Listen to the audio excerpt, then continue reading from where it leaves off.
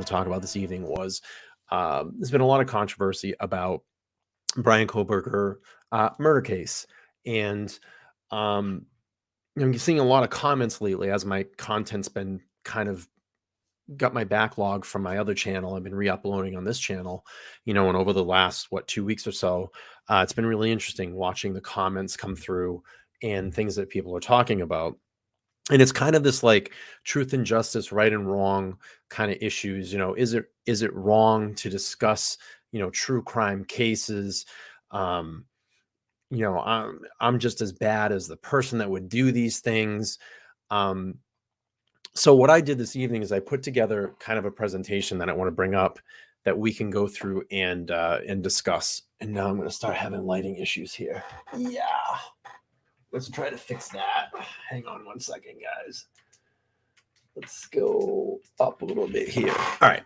So let's bring up my presentation. So, and I apologize, my graphics kind of at the top of the screen there, so it might cut off a little bit about what what I'm doing here. But anyway, the first thing that I want to say is that, and I've said this from day one, that on my channel here, my channel mantra is basically everyone that is accused of a crime has a right to due process, and they're always innocent until proven guilty. I've always said that here on the channel, even talking about any of the cases that are on here.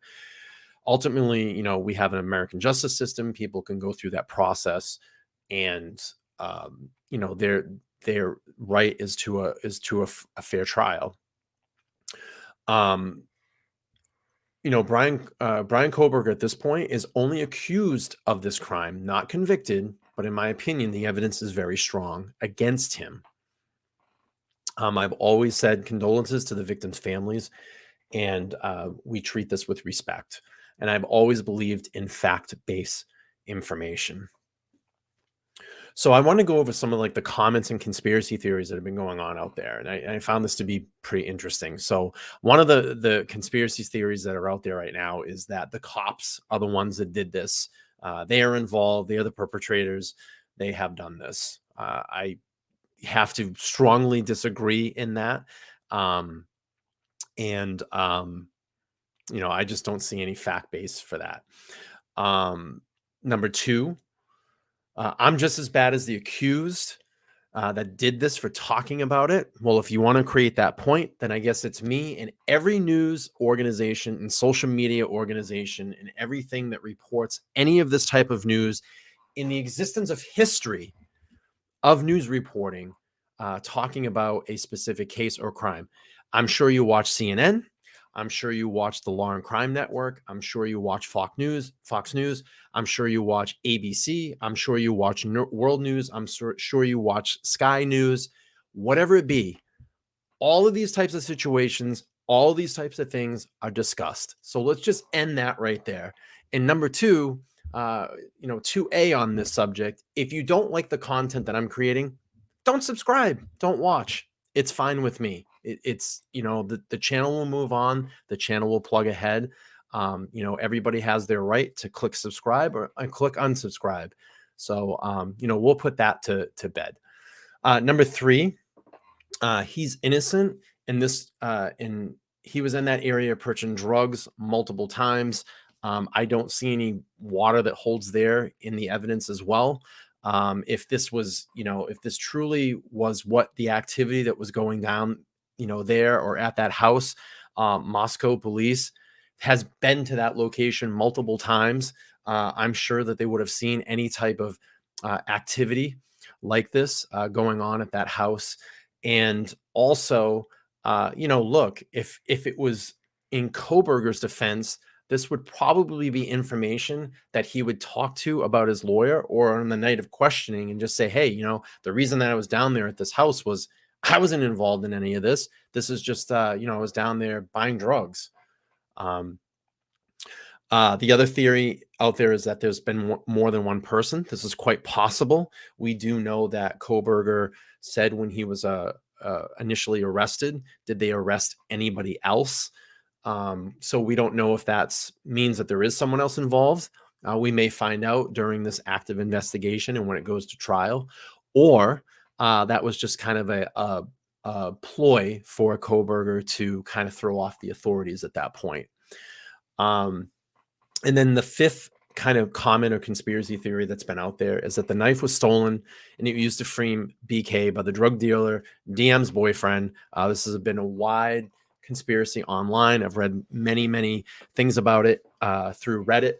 And, and it goes back to, why would he come forward? Why would he not come forward and say something about that then? So I just don't think that any of that holds any type of water. So there's nothing else. So, we're kind of at this point of time where, Kohberger's been arrested. The case now is going to take a long time to go to trial. It's scheduled for June. So we're in this kind of time now where there's nothing else for people to speculate at now. Now that the suspect's in custody. Hang on one second. Let me fix this lighting issue. Turn this light down a little bit. A little too bright. There we go. That's a little better. So there's nothing else for people to speculate at now the suspect's in custody. So the next natural progression is to disprove everything that seems so obvious. This happens many times with accused murderers or murderers that are in the spotlight.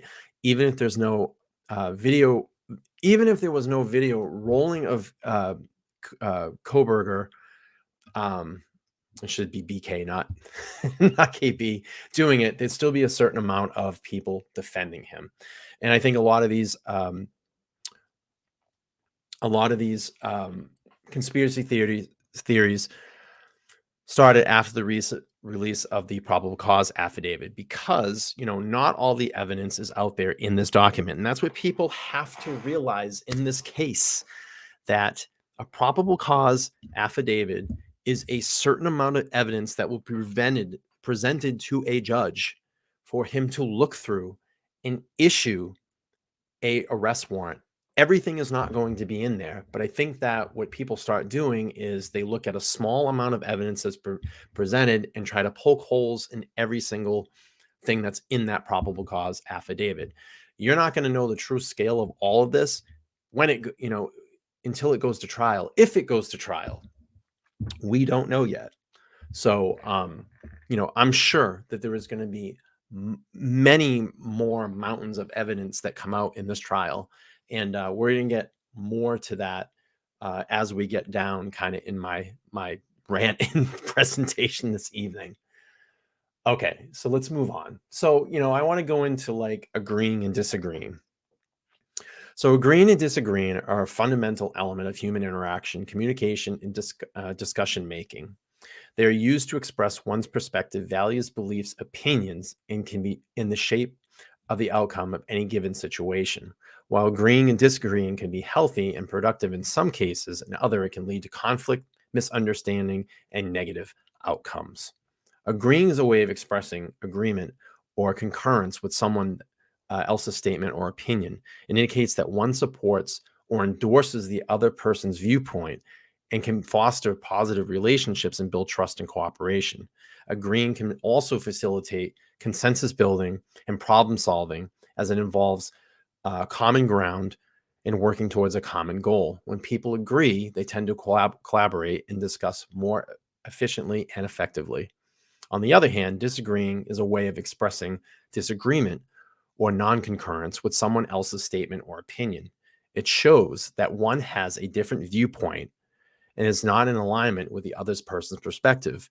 Disagreeing can be healthy and productive if done in respect and in a constructive manner. It also stimulates discussion, like we do here on this YouTube channel, and encourages to exchange a different perspective and lead to a creative solution.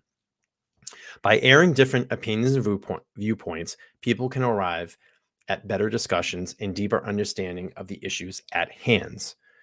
In conclusion, agreeing and disagreeing are important aspects of human interaction in decision making.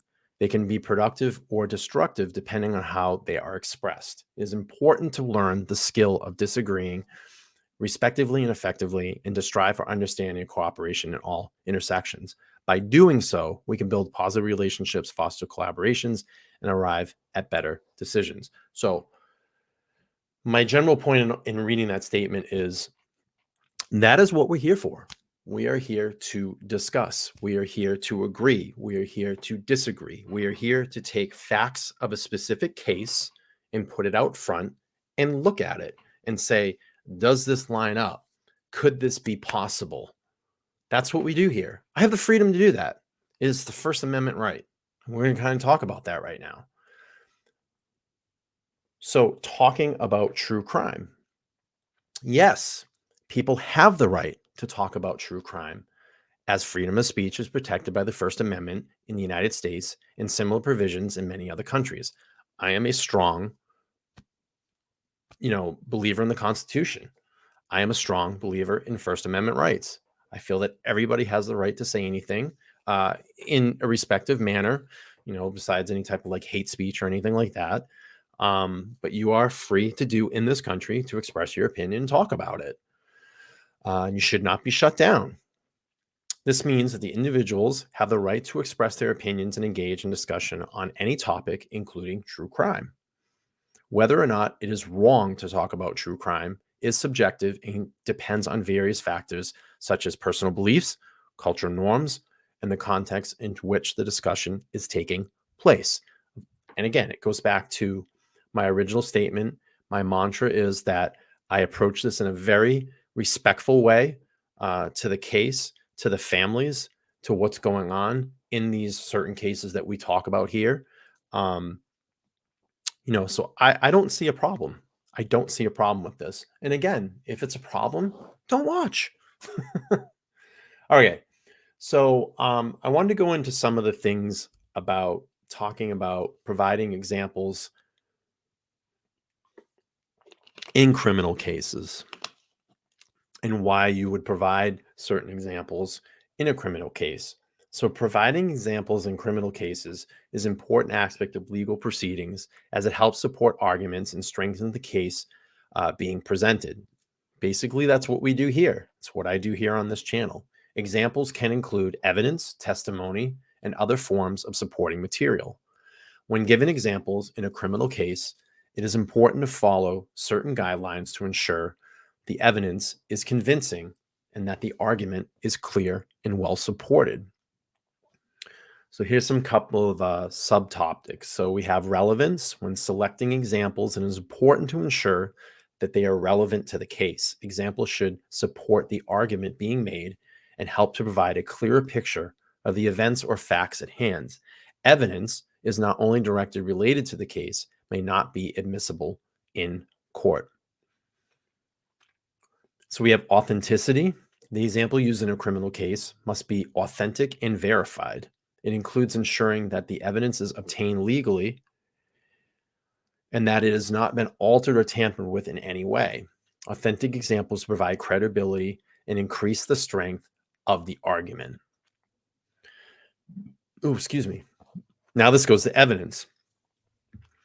Evidence is a cornerstone of any case, and the example should be drawn from the evidence available. And we're going to get into the evidence in this case a little bit later in my presentation here, and why I think that, the evidence against Bryan Kohberger is very strong. Is very strong.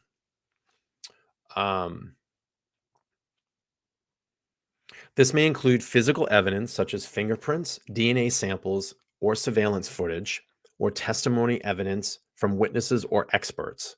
When giving examples from evidence, it is important to provide a clear and concise explanation of how the evidence supports the argument. Relevant testimony. My lighting is crazy tonight. Sorry, guys. Not very professional of me to be messing with lighting in the middle of a podcast, but let's try to turn this down a little bit and see what happens. Okay, so relevant testimony. Testimony from witness can be a powerful source of examples in a criminal case. When given testimony, witnesses should be clear and concise, and their testimony should be relevant to the case. Witnesses should not be prepared to answer questions from opposing sides and provide additional information if needed. Now you go to clarity. When given examples in a criminal case, it is important to be clear and concise. The example should be to understand and provide a clear picture of the events or facts being discussed. This can help ensure the judge, jury, or other decision makers that have a clear understanding of the arguments being made. In conclusion, providing examples in a criminal case is an important aspect of the legal proceedings. When giving examples, it is important to ensure that they are relevant, authentic, evidence-based, and clear. By providing these guidelines, lawyers and other legal professionals can help to strengthen their case and provide a clear and convincing argument to support their positions. So, this just goes back to, my first point is that it's okay what I'm doing here. If I approach this with respect, if I approach these cases on fact-based information, it's what I've always done here.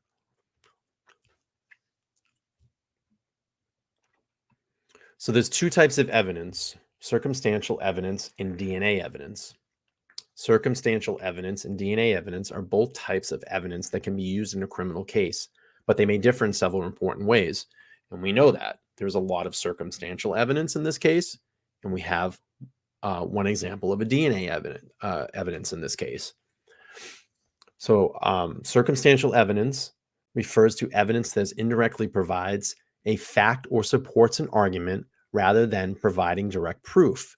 This type of evidence is used to infer existence and particular fact based on circumstance surrounding a crime. Examples of circumstantial evidence include eyewitness testimony, forensic examination of a crime scene, and persistence of specific objects or materials. DNA evidence, on the other hand, is direct physical evidence that can link a suspect to a crime.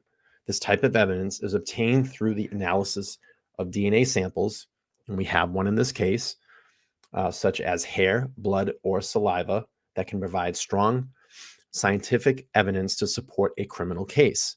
DNA evidence is often considered more reliable than circumstantial evidence, as it provides a direct connection between the suspect and the crime scene. Both circumstantial and DNA evidence have their strengths and weaknesses, and both types of evidence can be used to support a criminal case. Circumstantial evidence is often used to support an argument or to fill the gaps in the evidence, while DNA evidence provides direct and scientific proof of a suspect's involvement in a crime. In many criminal cases, both types of evidence can be used together to provide a more complete picture of the events surrounding the crime. Ultimately, the value of their type of evidence will depend on the specific facts in the case, the quantity of evidence, the quality of evidence, and the ability for the legal team to present the evidence in a compelling and persuasive manner. Hang on one second here. Pop this ticker down. All right. So now we're going to move on to the timeline. And creating a timeline in a case is extremely important. A timeline is an important aspect of a crime scene investigation, as it helps to establish the sequence of events that occurred during the crime. Well-constructed timeline can provide valuable information for investigators, as it allows them to piece together what happened, when it happened, how it happened. Having a clear and accurate timeline can help investigators to: 1. Determine the order of events. A timeline helps to establish the sequence of events that occurred during the crime, such as a critical in determining potential suspects and motives. Identifying witnesses. A timeline can help investigators to identify potential witnesses and determine the time frame in which they might have observed something relevant to that crime. Establish alibis. A timeline can help establish a whereabouts of potential suspect and determine whether they have an alibi for the time of the crime. Determining motive. A timeline can provide valuable information in determining the motive behind the crime and showing what seems to lead up to the crime and the events occur after the crime. And then reconstructing the crime. A timeline can help investigators in reconstruct the events of a crime, which can provide valuable information in understanding how the crime was committed and who might have committed it. In conclusion, a timeline is an important tool for investigators to help to provide a clear, accurate picture of events surrounding the crime. By having a clear timeline, investors can get a better understanding of what happened, when it happened, and how it happened, which can provide valuable information in solving a crime. Try to readjust my camera here. Oh boy. Okay, so now I want to take a look at the timeline and facts in this case so far and what we know. And this is why I think that the evidence is extremely strong against Bryan Kohberger. So we have one, he attends WSU and lives about 15 minutes from the drive from Moscow itself and the King Road relevance residence, and that is basically the shortest way possible of getting there. So we know now, I'm going to say like 2A or 1A, the analysis of surveillance, and we're looking at all the evidence here. The analysis of the surveillance footage showed that the white Hyundai Elantra, like the one that is seized from when Kohberger was arrested, drove around the home several times between 3:29 a.m. and 4:04 a.m. before departing at a high rate of speed at 4:20 a.m. No license plate was obtained from the video. Nevertheless, Kohberger's car not only matches the car that in make and model filmed near the scene, but also coincides with the movement of his mobile phone before and after the murders. For instance, there is a sequence that occurs at the car is tracked leaving the scene and after Kohberger's phone is apparently been turned off. So you had 4:48 a.m., phone goes off, and the phone goes live again on State Highway 95 south of Moscow.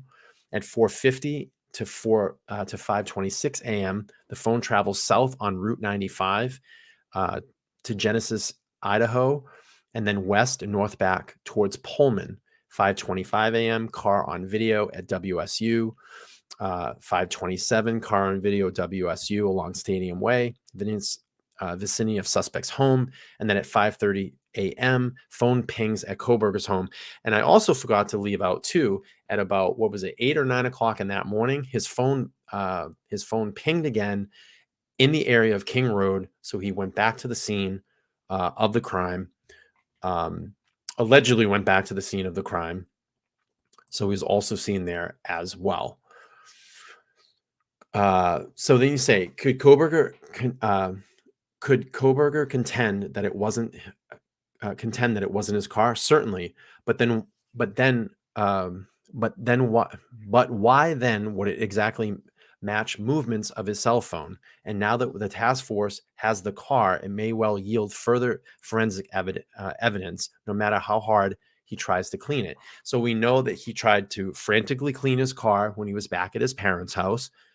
What's the reason for that? And also, people have to realize too, and I've been saying this over there.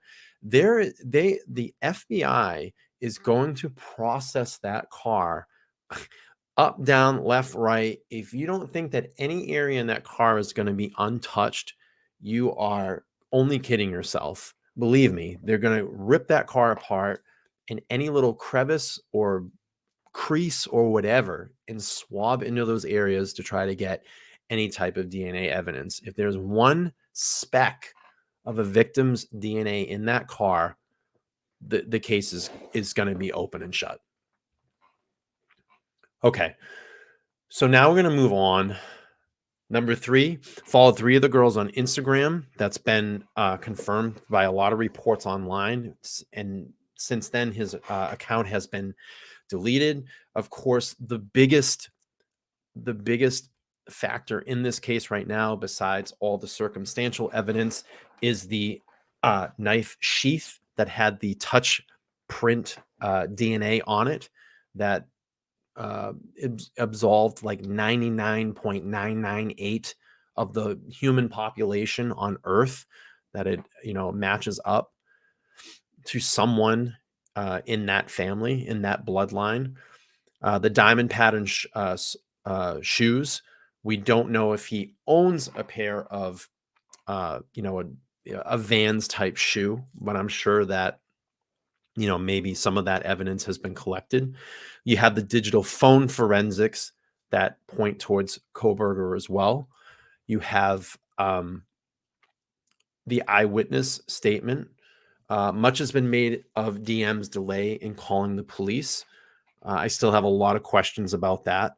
What has been somewhat overlooked, however, uh, is her description of the height, physique, and bushy eyebrows were all uh, as Kohberger became a suspect. If you doubt that, consider this. On November 29th, roughly 2 weeks after the murders, two separate Washington State University campus police officers discovered Kohberger's car as a match to the white Hyundai Elantra the task force was seeking.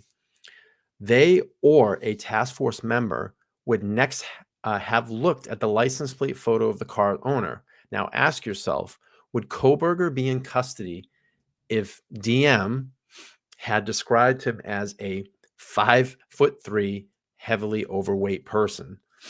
Even if so, would the case be anywhere near? Would the case be anywhere near as strong? DM's description of the suspect path when leaving the house also matches the latent footprint discovered at the scene. Important evidence is matched to Kohberger. So that's the shoe and the knife sheath DNA. Then you have Kohberger's internet postings. Obviously, we know that he posted on Reddit, and it was asking that survey, that crime survey, and trying to reach out to ex prisoners to give a survey. All his kind of his footprint through the internet. His activity after the crime, leaving WSU, driving back to Pennsylvania, scrubbing his car when he got back to Pennsylvania late at night, and then changing his license plate. That could just be a timing thing, but I just find that, very strange as well, about changing his license plate from a PA license plate to Washington State. And then why, this is kind of the question I asked, why turn a 15-minute drive home into over an hour? So it was, it would be 15 minutes of direct drive from his residence near WSU to King Road, but the cell phone forensics takes him back almost an hour out of the way. Why drive that if you're not guilty or have something to hide? Allegedly. So without a clear motive, which may never be learned, the prosecution can introduce Kohberger's previous Reddit posting in which he attempted to quarry criminals on what he felt like committing a crime and what were the steps to take to avoid capture and how they prepared and so on, including the questions: why did you choose the victim or a target over others, and how did you approach your victim or target? For their ending summary to the jury, prosecution labor to construct a compelling narrative, a story that explains the accused did in how he did it, adding Kohberger's intense, interesting in criminality, and the creepy questions he had previously asked in his Reddit survey suggest the possible motive and the possible absence of one come trial time. And then you have to look at the contents of the search warrant. So they found one nitrate black glove, one Walmart receipt with they were interested in the Walmart receipt with the Dickies bag, two Marshall's receipt. Maybe that's for, all black clothing. Maybe he went out and bought black clothing. The dust container from Abyssal Vacuum, I'm sure that's going to be all for DNA evidence. Multiple possible hair strands, that's DNA evidence. The Fire Stick from his TV, maybe they wanted to see his browsing history or any particular type of movies he was watching, stuff like that. The animal hair that was found, one possible animal hair was found at his apartment. That's DNA. They take that animal hair, it matches up to Kaylee's dog. There you go, right there. That's open and shut case. That means that he's been in that house. Why would he be in that house? They seized his computer tower. They're going to go through an extensive forensics of his computer tower, his browsing history, what sites he was uh, browsing, um, what was he searching, what things were saved on his computer, etc. You'll probably go through his emails, any type of contact on social media. They found the pillowcases and clothing with dark red spots. That's could be possible DNA evidence. The mattress covers had multiple stains. That's DNA evidence. And then obviously the smoking gun right now is the car. What kind of DNA could possibly come out of that car once it's processed? So I just want everybody to keep an open mind. You got to keep an open mind. There's so much more to this investigation, and there's so much more that we haven't heard, and there's so much more that we won't hear in this case. So all we can do in the interim of this, and this is the main point of my kind of rant this evening, is that we can talk about this. We can talk. Reporters are going to go out and do their jobs to dig up anything around this case, because we know that there's a gag order. Both the prosecution and the defense are not allowed to talk. Anybody that's directly related with this case is not allowed to talk. I was just reading an article the other day that the judge extended the gag order, so it's been re-implemented and reapplied. But again, it's not wrong to discuss this stuff. It's not wrong to talk about it if you approach it in a respectful way towards the victims and use fact-based information. What do we have out there in this case? And maybe you talk about some of the things that are coming up in the media. Maybe there's a new neighbor that talks out. Maybe there's a classmate that talks out and gives you another perspective or angle. But I'm not going to sit here and dig up a conspiracy theory that it was this boyfriend and that boyfriend, and it could have been a cult and the cartel's involved, and this is all drug related and stuff. I'm sure by now that you had Moscow police and the FBI on this case. You would have heard something in that probable cause affidavit. I am sure that it would have been in there if it was any type of those types of conspiracies, a cartel shooting or killing or murder or whatever. You would have heard about it. So I said, keep in mind, there's so much more in this investigation. More likely, more evidence to be entered. For instance, the steps Kohberger took post-murder, like wearing surgical gloves and hiding his garbage. There will also be a great deal of criminal procedure, and there will also be the defense case, glimpses of which may be gained during the discovery process. So that's kind of my rant for the evening. That's kind of the things I wanted to get into this evening and discuss, because I know there's been a lot of comments lately that I'm just as bad as the criminal that did this, and I'm a terrible person and I shouldn't be doing this. Well, then you shouldn't watch the news. That's kind of my whole thing on it, because things like this is discussed every single day in the news, if not worse, in the news. So, what I'm trying to do here is just open up some different talking points and perspective on these cases, on what's going on. I think that this case has been very captivating for a lot. It's been very shocking. It's been a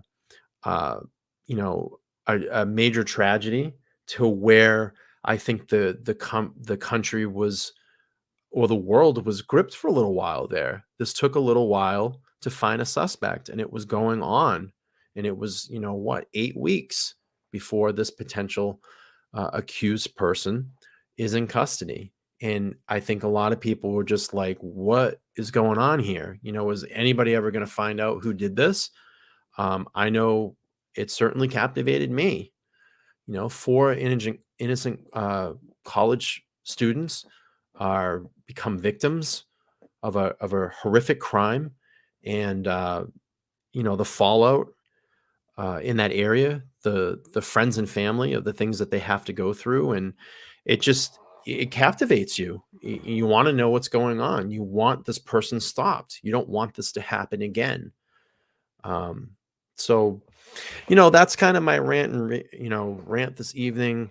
Um, Again, I just have to say that if this is not content for you, then you don't have to watch. It's okay.